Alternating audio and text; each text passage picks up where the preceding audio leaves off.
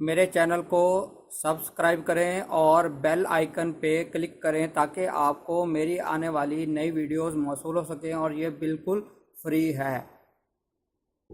बिस्मिल्लाहिर्रहमानिर्रहीम। मेरा नाम है डॉक्टर मज़हर वारिस। और जैसा कि आपने देखा कि इलेक्शन 25 जुलाई को हो चुके हैं और 25 जून को ये पेशन गोई की गई थी कि इंशाअल्लाह इलेक्शन 25 जुलाई को टाइम पर होंगे।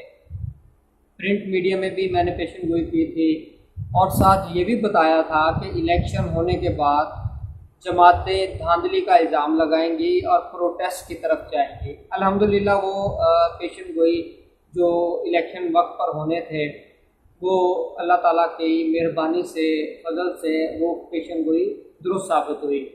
जबकि अक्सर पाकिस्तान के मुनज्जमीन ये कह रहे थे कि इलेक्शन टाइम पर नहीं होंगे या डिले होंगे, इस तरह की उन्होंने बात की थी, वो भी रिकॉर्ड पर महफूज है।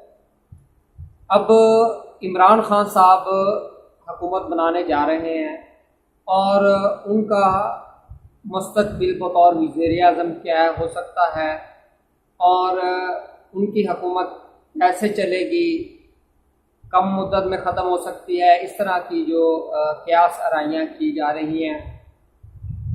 इल्म नजूम एक ऐसा इल्म है जो आपको मुस्तकबिल में आने वाले वाक़यात की निशानदेही कर सकता है।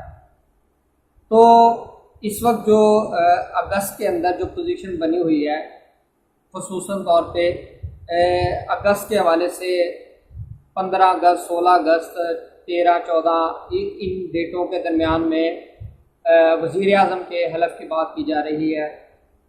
तो सबसे अहम चीज़ वो ये है कि इमरान खान साहब को मुनज्जमीन से मशवरा करना चाहिए और एक अच्छा टाइम, सूटेबल टाइम जो उनकी इक़्तिदार के लिए, पाकिस्तान के लिए, हुकूमत के लिए अच्छा हो, चैलेंजेस का सामना कम से कम हो और बतौर वो वज़ीर-ए-आज़म अपने 5 साल पूरे कर सकें।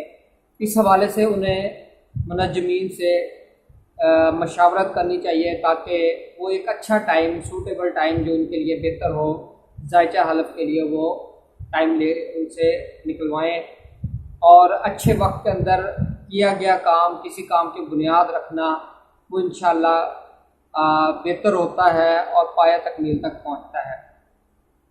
अब मैं ये बात क्यों कर रहा हूँ? आप कहेंगे इमरान खान साहब को क्या ज़रूरत है मुनज्जमीन से पूछने की, तो मैं अब इसकी वजाहत कर देता हूँ। नंबर 1, 11 अगस्त को सूरज को ग्रहण लग रहा है। 11 अगस्त को सूरज को ग्रहण लग रहा है और ये बहुत ज़बरदस्त ग्रहण है।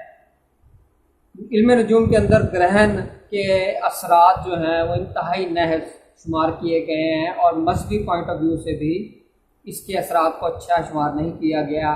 अल्लाह ताला से इस्तिग़फ़ार, सदका खैरात करने की ताकीद की गई है, नमाज़ पढ़ने की ताकीद की गई है। और 16, 17, 18 अगस्त को कमर दर अक़रब लग रहा है, यानी कि ये इन दिनों के अंदर जो नहूसत नज़र आ रही है वो किसी भी तरीके से बेहतर नहीं है।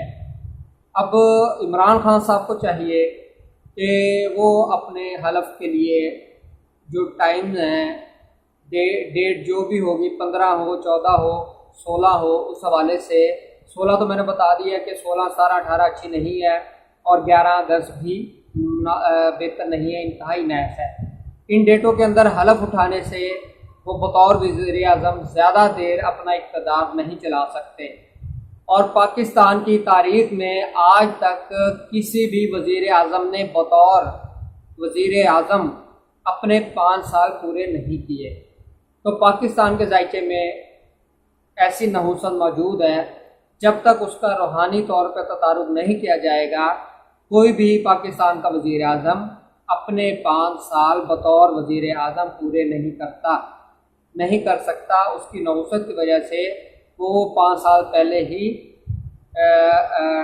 उनको सुबकदोश होना पड़ता है, इस्तीफ़ा देना पड़ता है। पीपल्स पार्टी की हुकूमत में 2 वज़ीर-ए-आज़म आए, पाकिस्तान मुस्लिम लीग नून की हुकूमत के अंदर 2 वज़ीर आज़म आए।